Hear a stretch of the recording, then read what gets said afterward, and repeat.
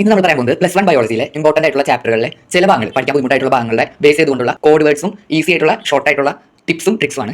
അപ്പോൾ നമുക്ക് ആദ്യത്തെ ചാപ്റ്റർ പോകാം. ആദ്യത്തെ ചാപ്റ്റർ നോക്കുമ്പോൾ ചാപ്റ്റർ 1 ലിവിംഗ് വേൾഡിൽ നമുക്ക് ടാക്സോണമിക് ഓർഡർ അറിഞ്ഞിരിക്കണം. അതൊക്കെ അസെൻഡിംഗ് ഓർഡറിലും ഇടയ്ക്ക് ഡിസെൻഡിംഗ് ഓർഡറിലും ചോദിക്കാറുണ്ട്. അത് ഓർക്കാനുള്ള കോഡാണ് KPC ഓഫ് GS.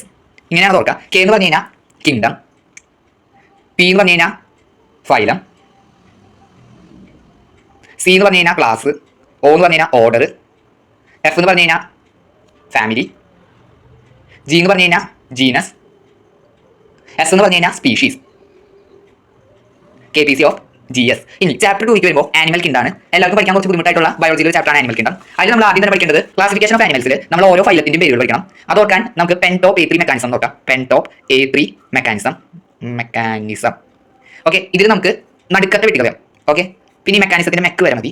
ഇനി നമുക്ക് നോക്കാം. P എന്ന് പറഞ്ഞു കഴിഞ്ഞാൽ പോയിഫ്ര, N എന്ന് പറഞ്ഞു കഴിഞ്ഞാൽ സ്നിഡേറിയ അങ്ങനെ പറയുന്നുണ്ട്. പിന്നെ T എന്ന് പറഞ്ഞു കഴിഞ്ഞാൽ ടീനോഫോറ.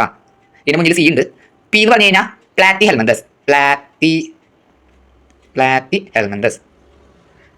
P കഴിഞ്ഞാൽ A പ്രീ എന്ന് ഉദ്ദേശിക്കുന്നത് 3 ഉണ്ടെന്നാണ്. A എന്ന് പറഞ്ഞാൽ ആദ്യം വരുന്നത് ആഷി ഹെൽമന്തസ്, പിന്നത്തെ എന്ന് പറഞ്ഞു കഴിഞ്ഞാൽ അനിലിഡ, പിന്നത്തെ എന്ന് പറഞ്ഞാൽ ആർത്രോപോഡ, പിന്നത്തെ എന്ന് പറഞ്ഞു കഴിഞ്ഞാൽ A3 കഴിഞ്ഞു. പിന്നെ M ആണ് വരുന്നത്. M എന്ന് പറഞ്ഞാൽ മൊളുസ്ക, E എന്ന് പറഞ്ഞാൽ എക്കിനോഡെർമാറ്റ. പിന്നെ C വരുന്നത് കോർഡാറ്റയാണ്. പക്ഷേ ഇവിടുത്തെ അവസാനത്തെ രണ്ടെണ്ണം അങ്ങോട്ട് മാറ്റി വെക്കണം. അതായത് ആദ്യം H ആണ് വരിക. H എന്ന് പറഞ്ഞാൽ ഹെമി കോർഡാറ്റ, പിന്നെയാണ് കോർഡാറ്റ വരുന്നത്. ഓക്കെ, ഇങ്ങനെ പഠിച്ചാലുള്ള ഉപകാരം എന്ന് പറഞ്ഞു കഴിഞ്ഞാൽ നമുക്ക് ഇപ്പം എല്ലാം കിട്ടി, എല്ലാ ഫൈലും കിട്ടി. അതുപോലെ തന്നെ P പോയിഫ്ര എന്ന് പറയുന്നത് ആദ്യത്തെ അക്ഷരം എന്ന് പറയുന്നത് എന്താ സെല്ലുലാർ ലെവലിൽ വേണ്ട. പിന്നെയുള്ള N-ഉം T-യും അടുത്ത രണ്ടെണ്ണം, ഈ വെട്ട് കഴിഞ്ഞിട്ടുള്ള രണ്ടെണ്ണം സ്നിഡേറിയും ടീനോഫോറിയും. ആ രണ്ടെണ്ണം ഇതിൽ വേണ്ട റേഡിയൽ സിമെട്രിയിൽ വേണ്ട. പിന്നെ വരുന്ന P എന്ന് പറഞ്ഞു കഴിഞ്ഞാൽ അസിലോമേറ്റ് ആണ്. A3 ഇതിൽ ആദ്യത്തെ അതായത് ഹാഷി എൽമന്തസ് അതെന്ന് പറയുന്നത് ഫ്യൂഡോസിലോമേറ്റ് ആണ്. പിന്നെ വരുന്ന ബാക്കിയെല്ലാം അതായത് അനിലിഡ, ആർത്രോപോഡ, മൊളുസ്ക, എക്കിനോഡെർമാറ്റ, ഹെമികോഡാറ്റ, കോഡാറ്റ ഇവയെല്ലാം ട്രൂ സിലോമേറ്റ് ആണ്. ഓക്കെ, അതായത് അവർക്ക് 2 ആയിട്ടുള്ള സീൽ ഉണ്ട്. ഇനി നമുക്ക് അതിൽ തന്നെ വരുന്ന ബേസിക്സ് ഓഫ് ക്ലാസിഫിക്കേഷൻസ് പഠിക്കാം. നമുക്ക് ഇതിന്റെ ഫീച്ചേഴ്സ് അറിയണം. അപ്പോൾ നമുക്ക് എന്തൊക്കെ ബേസിസിലാണ് ഈ ഫൈലത്തിന് ഇങ്ങനെ ക്ലാസിഫൈ ചെയ്തെന്ന് പഠിക്കാൻ ഒരു കോഡ് ഉണ്ട്. അതായത് SNO CD PSC. ഇതിൽ S എന്ന് പറഞ്ഞാൽ സിമിട്രി ആണ്. സിമിട്രിയിൽ വരുന്നത് പ്ലാറ്റി ഹെൽമന്തസ് ആണ്. N എന്ന് പറഞ്ഞു കഴിഞ്ഞാൽ നോട്ടോകോഡ് ആണ്. നോട്ടോകോഡ് ആദ്യമായിട്ട് വരുന്നത് കോഡേറ്റ്സിലാണ്. ഓക്കെ, പിന്നെ O എന്ന് ഉദ്ദേശിക്കുന്നത് ഓർഗനൈസേഷൻ ആണ്. ഓർഗനൈസേഷൻ അതായത് സെല്ലുലാർ ലെവൽ ഉണ്ടാവാം. അങ്ങനെ അത് ആദ്യം വരുന്നത് ആഷി എൽമന്തസിലാണ്. പിന്നെ എന്താണ് W ഒന്നുമില്ല, W കിട്ടി. പിന്നെ C എന്ന് പറഞ്ഞാൽ സീലം ആദ്യം വരുന്നത് അനിലിഡയ്ക്കാണ്. കാരണം നമുക്കറിയാം അനിലിഡയാണ് എന്ത് ആദ്യത്തെ സീലോമേറ്റ്. പിന്നെ D വരുന്നത് ഡൈജഷൻ ആണ്. ഡൈജഷൻ ആദ്യമായിട്ട് വരുന്നത് ഡൈജസ്റ്റീവ് ട്രാക്ട് ഒക്കെ ആദ്യമായിട്ട് വരുന്നത് എന്താണ് ആഷി എൽമന്തസിനാണ്. ഇത് എക്സാമ്പിൾ വെച്ച് പഠിച്ചാൽ മതി. ഞാൻ ജസ്റ്റ് ഓർഡർ കാണിക്കാൻ വേണ്ടിയാണ് കൊടുത്തത്. P എന്ന് പറഞ്ഞു കഴിഞ്ഞാൽ പോബ്ലാസ്റ്റിക് ആണ്. ഓക്കെ, പോബ്ലാസ്റ്റിക് ഇത് ഫോയിലാണ് തിരികെ നമ്മൾ ഓൾറെഡി ഫോയിലത്തിനെ പറ്റിയാണ് പറയുന്നത്. അപ്പോൾ ഇതെന്ന് പറഞ്ഞാൽ പ്ലോബ്ലാസ്റ്റിക് ആണ്. ഇത് ആദ്യം വരുന്നത് പ്ലാറ്റി ഹെൽമന്തസിലാണ്. നിങ്ങൾക്ക് അത് ഡീറ്റെയിൽ ആയിട്ട് ടേബിൾ പോലെ പഠിച്ചു വെച്ചിട്ടുണ്ടെങ്കിൽ അത് നോക്കിയാൽ മനസ്സിലാവും പറയുന്നത് എങ്ങനെയാണ് വരുന്നത്. പ്ലാറ്റി ഹെൽമന്തസ്. ഇനി S വരുന്നത് സെഗ്മെന്റേഷൻ ആണ്. S 2 വട്ടം വരുന്നത്. ആദ്യത്തേൽ സിമെട്രി, പിന്നത്തേൽ സെഗ്മെന്റേഷൻ ആദ്യമായിട്ട് കാണുന്നത് അനിലിഡയിലാണ്. അവസാനമായിട്ട് വരുന്നതാണ് സർക്കുലേഷൻ, അതായത് ബ്ലഡിന്റെ സർക്കുലേഷൻ പലരും പല രീതിയിലാണ് വരുന്നത്. നിങ്ങൾക്ക് ടേബിൾ നോക്കിയാൽ മനസ്സിലാവും. അതുകൊണ്ട് മാത്രം ഞാൻ ജസ്റ്റ് എക്സാമ്പിൾ വെച്ചിട്ടില്ല. അപ്പോൾ SNO CD PSC. S എന്ന് പറഞ്ഞാൽ സിമെട്രി, N എന്ന് പറഞ്ഞാൽ നോട്ടോകോഡ് പ്രസന്റ് ആണോ ആബ്സെന്റ് ആണോ, O എന്ന് പറയുന്ന ഓർഗനൈസേഷൻ സെല്ലുലാർ ലെവലായിരിക്കാം, ടിഷ്യൂ ലെവലായിരിക്കാം, അങ്ങനെ ഓർഗനൈസേഷൻ. C എന്ന് പറഞ്ഞാൽ സീലം അനിലിഡയ്ക്കാണ് ആദ്യം വരുന്നത്. D എന്ന് പറഞ്ഞാൽ ഡൈജഷൻ, പിന്നെ C എന്ന് പറഞ്ഞാൽ സർക്കുലേഷൻ, S എന്ന് പറഞ്ഞാൽ സെഗ്മെന്റേഷൻ. ഓക്കെ, ഇതിനെ നമ്മൾ വേറൊരു രീതിയിൽ റെപ്രസെന്റ് ചെയ്യാറുണ്ട്. കാരണം ടേബിൾ വയ്ക്കുമ്പോൾ നമ്മൾ ഇങ്ങനെ എഴുതാം CG ഹോൾസ്. ഇത് വേണമെങ്കിൽ ഏത് വേണമെങ്കിലും പഠിച്ചോ. C എന്ന് പറഞ്ഞാൽ സീലം, G എന്ന് പറഞ്ഞാൽ ജേം ലെയർ, H എന്ന് പറഞ്ഞു കഴിഞ്ഞാൽ ഹാബിറ്ററ്റ്. നമ്മൾ ടേബിൾ വയ്ക്കുമ്പോഴാണ് കൂടുതൽ ഉപയോഗിക്കുക ഹാബിറ്ററ്റ്. O എന്ന് പറഞ്ഞു കഴിഞ്ഞാൽ ഓർഗനൈസേഷൻ സെല്ലുലാർ ലെവലിൽ ടിഷ്യൂ ലെവൽ അങ്ങനെ. R എന്ന് പറഞ്ഞു കഴിഞ്ഞാൽ റിപ്രൊഡക്ഷൻ. S എന്ന് പറഞ്ഞു കഴിഞ്ഞാൽ സിമിട്രി. E എന്ന് പറഞ്ഞു കഴിഞ്ഞാൽ എക്സ്ക്ലൂസീവ് ആയിട്ടുള്ള ക്യാരക്ടർ. ഇനി നമ്മൾ അടുത്തത് വരുന്നത് അതിൽ തന്നെ കമ്പാരിസൺ ഓഫ് കാർട്ടിലേജിനസ് ഫിഷും ബോണി ഫിഷും. അതായത് ക്ലാസ് കോൺട്രിച്ചസ്, അതായത് ഇതിനെ നമുക്ക് തിരിക്കാം C ഹോണ്ട്, പിന്നെ റിച്ച്, പിന്നെ ടൈസ്. ഹോണ്ട് റിച്ച് ടൈസ്. പിന്നെ ഇവിടെ വരുന്നത് ഓസ് ടൈസ്. ഇവിടെ നമ്മൾ വെച്ചേക്കുന്നത് ഓസിഡ, പിന്നെ ടെക്ക്, അതിന്റെ ഇടയിൽ കൈയിട, പിന്നെ ടൈസ്. ഇവിടെ ഹോണ്ടയും റിച്ചും, ഇവിടെ ടൈസ്, OS ടെക് ടൈസ്. ഇനി നമുക്ക് ഇതിന്റെ ക്ലാസിഫിക്കേഷനിൽ വരുന്ന ഡിഫറൻസസ് അത് പഠിക്കാം. പക്ഷേ ഇവിടെ ഞാൻ ഈ ഭാഗത്തിന്റെ മാത്രമാണ് ആദ്യം പറയുന്നത്. അത് കഴിയുമ്പോൾ അതിൽ നിന്ന് നമുക്ക് 10 ഭാഗത്തിന്റെ എഴുതാം. ഇവിടെ നമ്മൾ കോഡായിട്ട് വരുന്നത് ഓപ്പൺ സേഫ് മാപ്പ് ആണ്.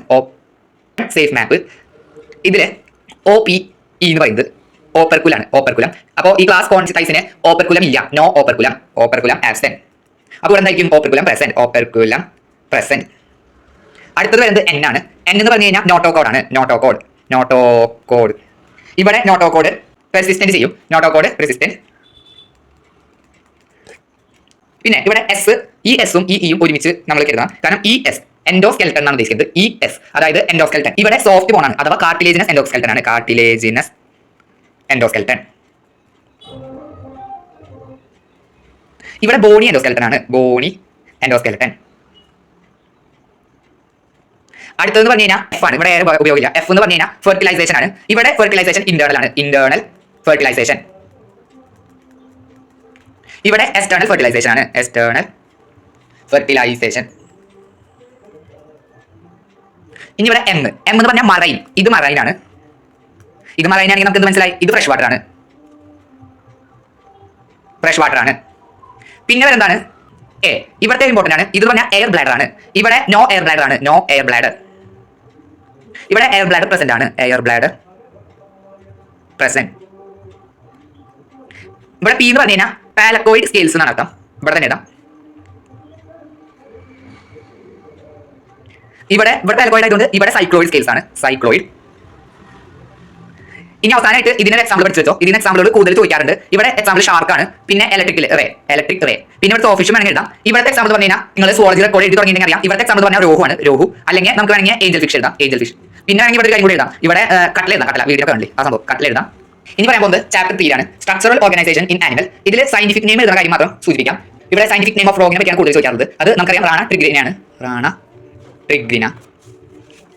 ഇവിടെ രണ്ടാമത് എഴുതുന്നതിന് ടി സ്മോൾ ലെറ്റർ ആയിരിക്കും. അതുപോലെ തന്നെ ഇത് ശരിക്കും പറഞ്ഞാൽ ചെരിച്ചാണ് എഴുതാം. ഇറ്റാലിക് ആയിട്ട്. പക്ഷെ അങ്ങനെ എഴുതാൻ നമുക്ക് സാധിക്കാത്തത് എപ്പോഴും അണ്ടർലൈൻ ചെയ്യാൻ മറക്കരുത്. അണ്ടർലൈൻ ചെയ്ത് തന്നെ എഴുതാൻ ശ്രമിക്കുക. സയന്റിഫിക് നെയിം ആദ്യത്തെ ക്യാപിറ്റൽ പിന്നത്തെ സ്മോൾ അണ്ടർലൈൻ ചെയ്യണം. പിന്നെ പറയുന്നത് ചാപ്റ്റർ 4 ബയോമോളിക്യൂൾസ് ആണ്. ചാപ്റ്റർ 4 ബയോമോളിക്യൂൾസിൽ ഇമ്പോർട്ടന്റ് ആയിട്ട് പറയുന്നതാണ് classification and types of enzyme. അത് പഠിക്കാനുള്ള കോഡ് എന്ന് പറഞ്ഞാൽ തോളിൻ എന്നാണ്. തോളിൻ.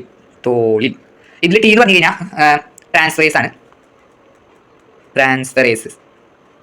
എച്ച് എന്ന് പറഞ്ഞു കഴിഞ്ഞാൽ ഹൈഡ്രോലേസിസ്. ഓ എന്ന് പറഞ്ഞു കഴിഞ്ഞാൽ ഓക്സിഡോ റിഡക്ടേസസ്.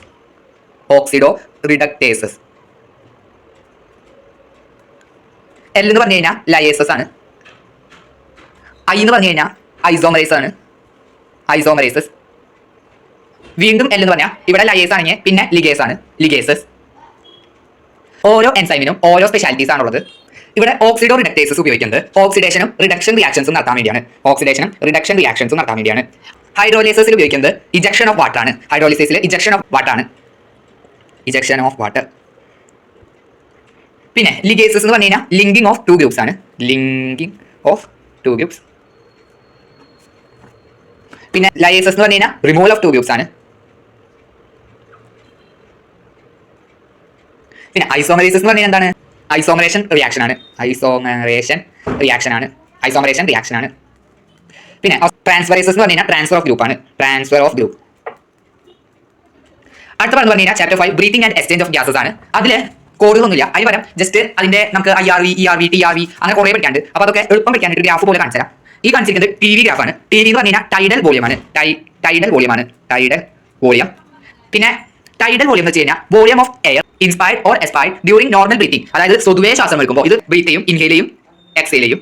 അങ്ങനെ ഈ ഒരു നോർമൽ ഇതിനാണ് എന്ത് പറയാ? ടൈഡൽ വോളിയം എന്ന് പറയാം. ഓക്കെ, ടൈഡൽ വോളിയം എന്ന് പറഞ്ഞാൽ ഈ ഒരു ഭാഗം മാത്രം. ഇനി ടൈഡൽ വോളിയം കഴിഞ്ഞാൽ പിന്നെ പഠിക്കേണ്ടതാണ് IRV, ഇൻസ്പിരേറ്ററി റിസർവ് വോളിയം. നമ്മൾ ശ്വാസം വലിച്ചു വിട്ടു അങ്ങനെ additional volume of air A person can inspire forcefully ആണ് എന്തെന്ന് പറയാ? IRV അഥവാ ഇൻസ്പിരേറ്ററി റിസർവ് വോളിയം. അതായത് സാധാ ഒരു മനുഷ്യന് എന്തോരം വായു വലിച്ച് ലങ്സിൽ പിടിക്കാൻ പറ്റും, ഇൻസ്പയർ ചെയ്യാൻ പറ്റും.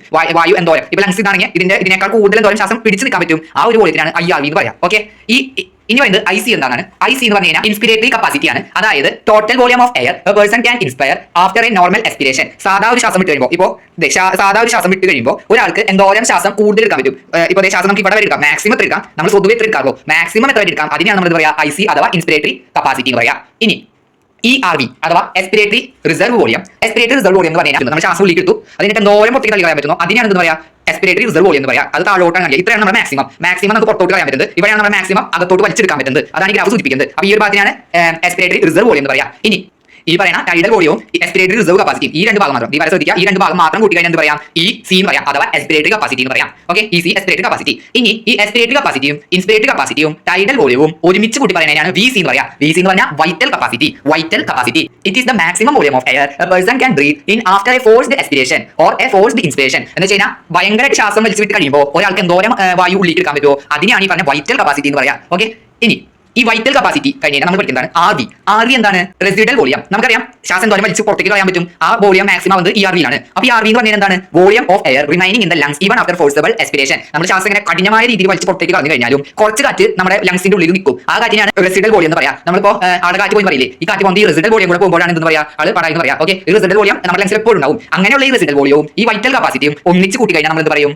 ടോട്ടൽ ലങ് കപ്പാസിറ്റി അഥവാ ടി സി എന്ന് പറയും TLC എന്ന് പറയും ഇത് ടോട്ടൽ കപ്പാസിറ്റി അഥവാ total lung capacity total volume of air accommodated in the lungs after a forceful inspiration.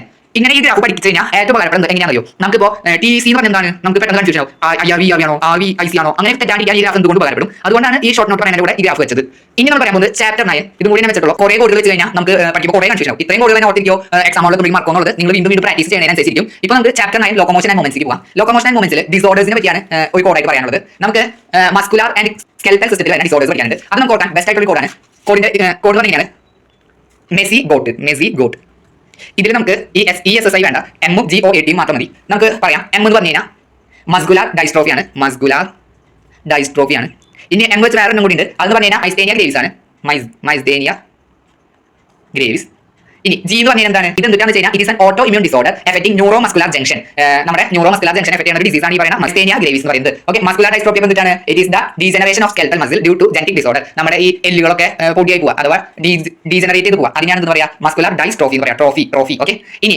G വെച്ചിട്ട് എന്താണ് G വെച്ചിട്ട് ഗൗട്ട് കണ്ടോ ഈ വരെ യൂട്ട് കഴിഞ്ഞാൽ ഇതായി ഗൗട്ട് എന്ന് പറഞ്ഞാൽ deposition of uric acid in joints ആണ് നമ്മുടെ ഈ ജോയിന്റുകളുടെ ഇടയിൽ യൂറിക് ആസിഡ് അടിഞ്ഞു കൂടുന്നതിനാണ് ഗൗട്ട് എന്ന് പറയാം പിന്നെ പറയുന്നത് എന്താണ് O എന്ന് പറഞ്ഞു കഴിഞ്ഞാൽ ഓസ്റ്റിയോപോറോസിസ് എന്ന് പറഞ്ഞാൽ ഒരു നമ്മുടെ വയസ്സിനെ റിലേറ്റ് ചെയ്ത് വരുന്ന അസുഖമാണ് decreased bone mass and increased chance of fracture can be caused due to decreased oestrogen level in വുമൻസിൽ ഈ ഈസ്ട്രജൻ അളവിന് കുറവ് വരുമ്പോഴാണ് ഈ പറയുന്ന എല്ലുകൾ തകരാറിലാവാനുള്ള സാധ്യത അതും ഈ വയസ്സാം കാലത്ത് എല്ലുകൾ തകരാറിലാവാനുള്ള സാധ്യത കൂടുതലാണ് ഈ പറയുന്ന ഓസ്റ്റിയോപോറോസിസ് നമ്മൾ എപ്പോഴും പഠിക്കുമ്പോൾ വാക്കുകൾ ഡിവൈഡ് പഠിക്കാം അപ്പോൾ നമ്മൾ സ്പെല്ലിംഗ് തെറ്റില്ല ഓസ്റ്റിയോപോറോസിസ് ഓക്കെ ഇങ്ങനെ വാക്കുകൾ ഗ്യാപ്പ് പഠിക്കാം ഇനി നമ്മൾ പഠിക്കുന്നത് A ആണ് എന്ന് പറഞ്ഞു കഴിഞ്ഞാൽ ആർത്രിറ്റിസ് എന്ന് പറഞ്ഞാൽ ഇൻഫ്ലമേഷൻ ഓഫ് ജോയിന്റ്സ് ആണ് ഇൻഫ്ലമേഷൻ എന്ന് പറഞ്ഞാൽ ജോയിന്റുകളിൽ നീര് വെക്കണം ഇതിനാണ് ആർത്രിറ്റിസ് എന്ന് പറയാം ഇത് നമ്മൾ എഴുതാം ആർത്രൈറ്റിസ് അങ്ങനെ പറയാം അപ്പോൾ നമ്മുടെ പ്രൊനൗൺസിയേഷൻ ശരിയാവും T എന്ന് പറഞ്ഞാൽ എന്താണ് ടെറ്റനിയാണ് TETANY ഇത് എന്താണെന്ന് വെച്ച് കഴിഞ്ഞാൽ low calcium level in body fluids നമ്മുടെ മസിലുകൾ ചുങ്ങാൻ കാരണം wild contraction of muscles due to low calcium level in body fluids അതിനാണ് എന്ത് പറയാം ടെറ്റനി എന്ന് പറയാം ഓക്കെ അപ്പോൾ ഇത്രയാണ് നമ്മുടെ കോഡുകൾ വരുന്നത് ഈ ക്ലാസ് ഉപകാരപ്പെടുന്നു അപ്പോൾ ഓൾ ദ ബെസ്റ്റ്